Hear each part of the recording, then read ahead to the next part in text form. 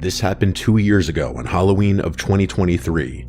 I'm a 25-year-old male, but at the time of this story, I was 22. I had a long day of work due to a festival we had where we had parents bring their kids to the center for various activities, such as many different competitive games, a costume contest, trivia for candy, and a kids vs. parents dodgeball game. Overall, it was a very fun time, but it was definitely tiring. For context, I'm a community worker, so doing community events is pretty much what I do on a normal basis, but it's also draining if that makes sense. Anyway, after it was all done, I went home and was ready to call it a night. About an hour after I got home, it was around 6 something, my little sister called me. My sister, who I'll call Savannah, wanted me to take her and my nephew, who I'll call Jackson, trick-or-treating because neither our parents nor Jackson's parents felt like doing it. And as it usually goes, it fell on me to be the cool big brother to step in and make it happen. Savannah was 15 and Jackson was 11. Even though I wasn't feeling it at all, I got up, threw some clothes on, and headed to my parents' house to pick them up. Once I got there, I asked if they were ready, but Savannah was still finalizing her costume. She was dressed up as Raven from Teen Titans. She even had the white makeup on to give that ghostly appearance Raven usually has. Jackson was dressed as Sub-Zero from Mortal Kombat. Once Savannah was done, we got in the car and were on our way. I took them to a pretty busy neighborhood to make sure they got as much candy as possible. Upon arrival, we started going from house to house. Everyone we ran into was friendly and had plenty of treats to hand out. There was even one house where an older man gave them each a hot dog and a soda. He said every year for Halloween he doesn't hand out candy. He grills food instead because he'd rather give kids something with protein since it's good for the body. Honestly, we probably need more people like that. We passed a lot of other kids, and some gave compliments to Savannah and Jackson's costumes. I also saw some really cool costumes myself.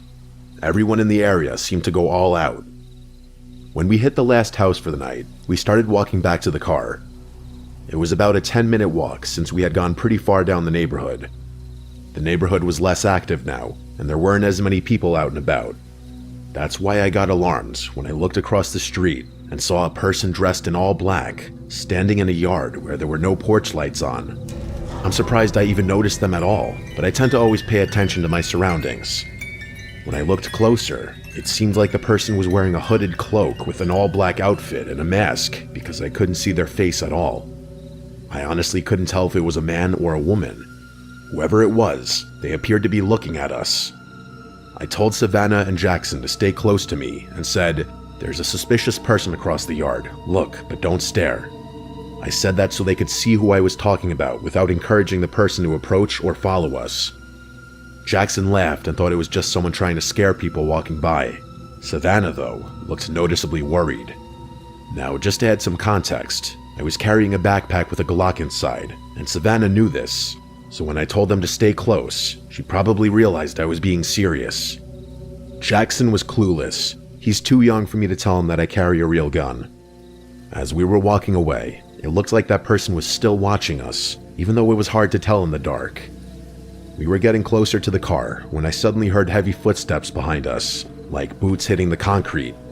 I turned around and saw that same person again. Same outfit, all black, but this time I could see more clearly. They were wearing a tactical vest, tactical boots, and black pants tucked into the boots. They had on a full spandex mask that completely covered their face.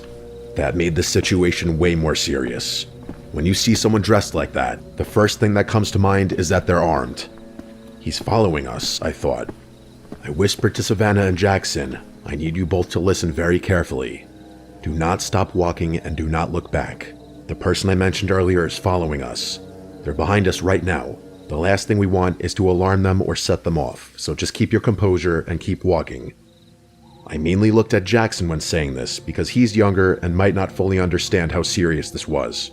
Savannah understood completely. We kept walking and did occasional glances behind us. The person stayed the same distance away but was still following. When we got to the car, they were still coming our way. That's when I decided to make a bold move. I pulled out my Glock and pointed it at the person. I asked why they're following us. The person raised their hands, as if they didn't expect me to do that, then slowly removed their mask. It was a woman, and she looked to be in her 30s. She took her mask off but didn't answer my question. She just stared at me blankly. I asked again, still pointing the gun, "Why are you following us?" What she said next made no sense. In an almost robotic tone, she said, "I'm an undercover cop. I was told there was a break-in, so I came to check it out. That's why I was standing outside that house. But when you looked at me funny, I assumed you were the one who did it. So it would be wise to lower that weapon, or I could have you arrested for threatening an officer of the law." I hesitated, but then lowered my gun. What else was I supposed to do? I didn't want to risk an arrest or ruin the kid's night, but her story didn't make any sense. She claimed she got word of a break-in, so why would she just stand outside facing away from the house? How did me looking at her funny make her think I was the one who did it? Why would I break into a house and then casually walk through the neighborhood? And why was she wearing a hooded cloak? All these questions were racing through my mind, so I asked her, "If you're undercover, why are you in tactical gear? Wouldn't that kind of give away that you're law enforcement? And what's the point of the cloak?" She didn't answer. She just stared at me again, but this time her expression changed. There was something malicious in her eyes, like she was irritated that I didn't believe her and was deciding what to do next. Jackson and Savannah stayed completely quiet through all of this. Then she smiled this creepy, unsettling smile and said, "If you didn't have that gun, this night would have ended a hell of a lot different for you." Right as she finished saying that, I noticed 4 figures suddenly emerge from between the houses, walking toward us. All of them were wearing tactical gear, but without the cloak. I instantly told Savannah and Jackson to get in the car, keeping my eyes on the woman and the figures. Once I saw they were in, I got into and drove off. As I was leaving, the woman was still standing there smiling. The others, 3 men and 1 woman, were not smiling. They had blank, emotionless faces, like they didn't even have souls. It's hard to explain. The whole car ride back was silent. I'm sure the kids were in shock just like I was. I dropped them off, made sure they got in safely, then went home to process everything that happened. The thing I couldn't shake off was why they targeted us. The neighborhood was full of people walking around, so why us? I wish I could say it ended there, but it didn't. A few days later, I got a text from an unknown number. It was just a photo, no words. The picture was of my car, taken in the parking lot of my apartment complex. I contacted the police and told them everything that happened on Halloween night. They took the report, but they couldn't investigate unless a direct threat was made. Typical. Out of curiosity, and maybe stupidity, I went back to that same house where I first saw that woman. I knocked on the door, and a man in his 40s answered. I asked if they'd experienced a break-in on Halloween night. He looked confused and said no. He said he went to bed early because he had work the next morning and didn't notice anything strange. I told him what I saw, and he had no idea what I was talking about. I thanked him for his time and left. At that point, I already knew the undercover cop story was fake, but I wanted to do my own little investigation just to make sense of it. Whoever that woman and those people were somehow knew my phone number and where I lived. It makes me wonder, was that not a random encounter after all? Were they watching me for a while? Were they planning something that night, and my being armed threw them off? All those thoughts messed me up and made me feel paranoid for a long time. I had to go to therapy and install a Ring camera at my front door just to feel safe again. In case you're wondering, I haven't been contacted by any unknown numbers since. Nothing else has happened since that picture. 2 years later, I still think back on that night. Writing this out helps me a lot, and I'm trying to fully move on from it. But if there's one thing I want people to take away from this, it's to always watch your surroundings. You never know who might be watching you. It's easy to get caught up in something dangerous just for existing, so always stay safe and protected, because I can say with full confidence that being armed that night probably saved our lives.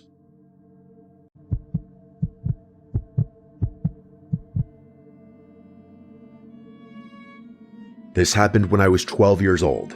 It was Halloween day, and my family was staying at a small family resort about an hour away from where we lived. My parents wanted to do something different that year instead of just walking around our neighborhood for trick-or-treating. The resort was holding a Halloween celebration that weekend with a bunch of activities, games, and even a haunted hayride. It wasn't a big place. It had maybe 10 cabins, a main lodge, a small lake, and a long open field where they set up hayrides and games. It was surrounded by woods on all sides. During the day, it looked normal, even kind of peaceful, but once it got dark, the woods looked black and creepy, and the resort felt a little too quiet. We checked in early that afternoon. I remember walking into the cabin and feeling excited because I could smell campfire smoke and candy apples in the air. Kids were running around in costumes, even though it wasn't dark yet. My parents said the hayride was starting around 7, and there'd be games before that, so I went off to play while they unpacked. They had booths where you could toss rings over bottles for candy, a costume contest, and even a pumpkin carving area. Everything was decorated with orange lights and fake spiderwebs. I met another kid around my age there. His name was Ryan. He was wearing a skeleton costume and said he and his parents were staying in the next cabin over from ours. We played a few games together and got a good amount of candy. As it got closer to 7, we saw a crowd of families walking over to the hayride area. The tractor pulling the wagon was parked near a big barn, and they had hay bales lined up inside for people to sit on. There were maybe 20 of us who got on. The driver wore a scarecrow mask, and there were workers dressed like zombies who would jump out during the ride to scare people. The ride started out fun. It was dark by then, and they had torches lighting the dirt trail. The tractor moved slowly through the woods, and every now and then, someone in a costume would appear from behind a tree or run up to the wagon. Most people laughed or screamed and then laughed again. It felt like a normal Halloween attraction, but about halfway through, something made me uncomfortable. We were passing through a part of the trail that was darker than the rest. The tractor slowed down, and I looked toward the edge of the woods on my side. That's when I saw a man standing just outside the torchlight. He wasn't part of the hayride cast. I could tell that right away. He wasn't wearing a costume that fit the theme. From what I remember, he had a black jacket, jeans, and a baseball cap pulled low over his face. He was just standing there, not moving, with his hands in his pockets. At first, I thought maybe he was one of the workers taking a break, but he wasn't doing anything. He was only watching. At one point, I made eye contact with him, or at least I think I did. Even though his face was shadowed, I could feel his eyes locked on me. I turned to look at the people around me to see if anyone else noticed, but no one seemed to. When I looked back, he was still there, in the exact same position. I tried to ignore it for the rest of the ride, but I kept thinking about him. When the hayride ended and everyone got off, I looked back one more time toward the woods. He was gone. I didn't mention it to anyone right then. I figured maybe I imagined it or overreacted. We went back to the lodge where they had more games and food. My parents sat by a bonfire while Ryan and I went around collecting candy. Everything seemed normal again. About an hour later, I saw him again. Ryan and I were standing near the snack table when I noticed someone off to the side of the crowd. It was the same man. He wasn't close, maybe 30 feet away, but he was standing near the tree line, watching again. There were a lot of people around, so it felt strange that he'd just be standing there alone. I remember my stomach tightening when I realized he was looking in my direction. I tried to get a better look at his face, but it was hard because of the lighting. I could make out a short beard, and I think his hat had some kind of logo on it. I nudged Ryan and told him about the guy. Ryan looked over and said, "Maybe he's one of the workers." I said, "He's not. He was in the woods during the hayride." Ryan shrugged and said, "Maybe he's a dad." I wanted to believe that, but he wasn't talking to anyone. Just standing there. A few minutes later, when I looked back again, he was gone. Around 9 o'clock, if I had to guess, most of the little kids had gone back to their cabins. The event was winding down, but Ryan and I still had energy. We decided to walk around the resort before going in. There was a trail behind the cabins that led into the woods. Ryan said we should go a little way in to do something scary for Halloween before the night ended. I didn't want to go too far, but we had flashlights, and I didn't want to look like a coward. So we walked down the dirt path together, laughing and daring each other to keep going. The farther we went, the quieter it got. The sounds from the resort faded until it was just the crunching of our shoes on the path. We only went maybe 200 feet in when we stopped near a clearing. There was an old wooden sign nailed to a tree that said "Private Property." We started throwing small rocks at the sign and pretending to summon ghosts or something dumb like that. Then we both heard it. Footsteps. Heavy, slow footsteps coming from behind us, somewhere deeper on the path. We froze and turned around. Ryan whispered, "Probably another kid." But it didn't sound like a kid. Whoever it was walked with weight, like an adult. I shined my flashlight down the path. The light only went so far, and I couldn't see anyone yet. Then the footsteps stopped. For a few seconds, it was completely silent. Then a voice spoke. It said, "Hey there, boys." It was a man's voice, calm but somehow intimidating. Ryan looked at me, and I think he realized the same thing I did. It was the man from the hayride. He stepped into the light just enough for us to see part of him. Same black jacket and hat. "What are you two doing out here?" he asked. "You like candy?" Neither of us said anything. He pulled something out of his pocket and held it up. I could see the orange wrapper. It was a Reese's cup. "I got a bunch more of these in my cabin," he said. "Come on, I'll give you some." Ryan took a step back. I remember his face going pale. The man took a few steps closer and then said, "You don't have to be scared. It's Halloween. I'm just giving candy out. I saw you boys on the hayride earlier." When he said that, my stomach basically dropped. I grabbed Ryan's arm and whispered, "Run." We both turned and sprinted down the path toward the resort. I could hear him behind us for a second. His footsteps were pounding hard as he started to chase. I didn't dare look back. My heart was beating so hard it hurt. The path seemed longer than before. When we reached the edge of the woods, I could finally see the lights from the resort again. I yelled for help as we ran out of the trees and back toward the crowd near the bonfire. A few adults turned toward us, startled. We didn't stop until we got right up to the people. I turned around, expecting to see the man behind us, but he wasn't there. The path was empty. My parents came over right away, asking what happened. I told them everything, about the man watching me on the hayride, seeing him near the trees, and then following us into the woods. Ryan confirmed it all. My dad and another man grabbed flashlights and went to check the path, but they didn't find anyone. A few workers searched too, but he was gone. The resort staff called the local police to report what happened. They arrived about 30 minutes later and took statements from me, Ryan, and our parents. They said they'd check the area and notify nearby cabins to keep an eye out. That night, my parents didn't let me out of their sight. We stayed in the cabin with the door locked. I couldn't fall asleep for hours. Every noise outside made me jump. The next morning, the police came back and told us they searched the property but didn't find anyone matching the description. No vehicles had been reported missing, and no one fitting that man's description had checked in. They thought maybe he was a trespasser from outside the resort. We left later that day. I remember staring out the car window as we drove past the woods, half expecting to see him standing there again. For weeks after that, I kept thinking I saw him, on the side of the road, outside stores, even once at my school parking lot, but it was always someone else. Or at least, I hope it was. Ryan and I kept in touch for a while. He told me he couldn't sleep for days after it happened. Nothing ever came of this. The police never called again. The man was never identified or caught. Now I'm older, and when I think about that night, what scares me isn't what he did, it's what he could have done. If we had believed him for even a second, if we had walked toward him instead of running, I don't think I'd be here to tell this story. And every Halloween since then, whenever I see someone standing alone at the edge of a crowd, I always think of that man. Sometimes people who look like they're part of the fun are watching for a different reason.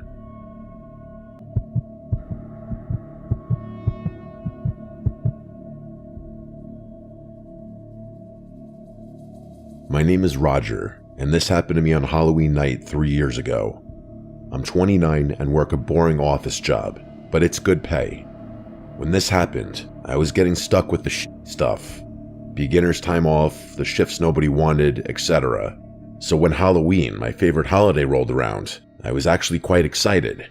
It was never easy being the new guy at work, so I was wanting to enjoy a night of seeing kids be kids and chilling out at home watching movies.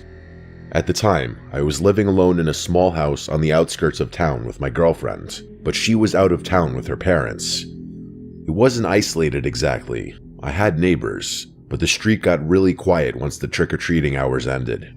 The families in the area usually shut their lights off around 9 p.m. Since I didn't have kids, I just handed out candy until the crowd died down. On several past Halloweens, before I got my own place, I was quite used to the occasional ding-dong ditch prank. That's why there is a trick and treat here and there.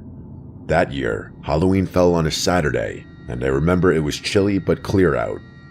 By 10:30, I was lounging on my couch, half watching a horror movie while picking through a bowl of leftover candy. I hadn't seen anyone in about an hour, so when I heard a faint knock at my side door, I assumed it was stragglers. But when I opened the door, no one was there, just the empty driveway and the faint rustling of leaves. I brushed it off. Kids play pranks all the time on Halloween. I headed back to my living room to finish watching The Conjuring 2. 15 minutes later, I heard the same sound again, only this time it was coming from the back door, the one that led to the small deck.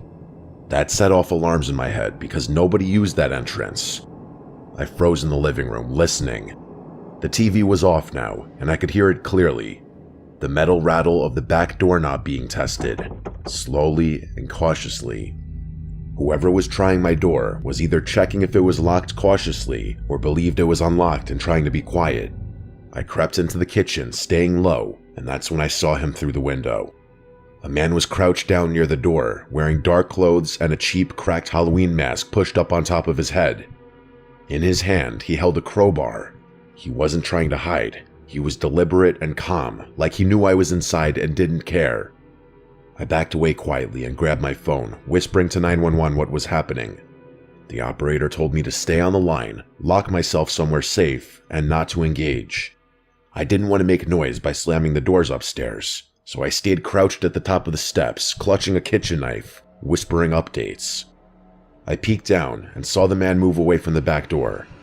That's when I heard the faint pop of a window screen being pried off. He was at the basement window now. I whispered to the dispatcher, "He's at the basement." My voice was shaking. She told me officers were already on their way. Then came the worst moment. I heard glass crack. He was breaking the window. My blood ran cold, and it wasn't just a smash and grab. He knew I was there, and most burglars typically don't try to enter a home where they know someone's still inside. Minutes felt like hours. The dispatcher kept me talking quietly to make sure I was still okay. I heard footsteps crunching outside. The man was circling the house again. Then, headlights swept across the blinds. Relief flooded me as flashing red and blue lights pulled up in front. The man bolted. I watched him sprint across my yard, but he didn't get far. The officers tackled him just past my driveway. I didn't even realize I was shaking until I saw one of the cops leading him back in cuffs. That's when I saw what he'd been carrying. The crowbar, duct tape, and zip ties stuffed in his bag. This wasn't a burglar looking for valuables. This guy had a plan, and it was something far worse. The police told me he had a long record of breaking into homes, and that he was suspected in some other cases where people had gone missing. To this day, I hate being home alone on Halloween. It's supposed to be about scares and fun, but whenever I hear footsteps or knocking outside at night, I can't help but remember everything about this night. The part that chills me the most is if the police had been just 5 minutes later, I might not be here to tell the story. The police later followed up weeks later. They told me what they found in his backpack. He had a Colt .45 handgun, several kitchen knives, and rope.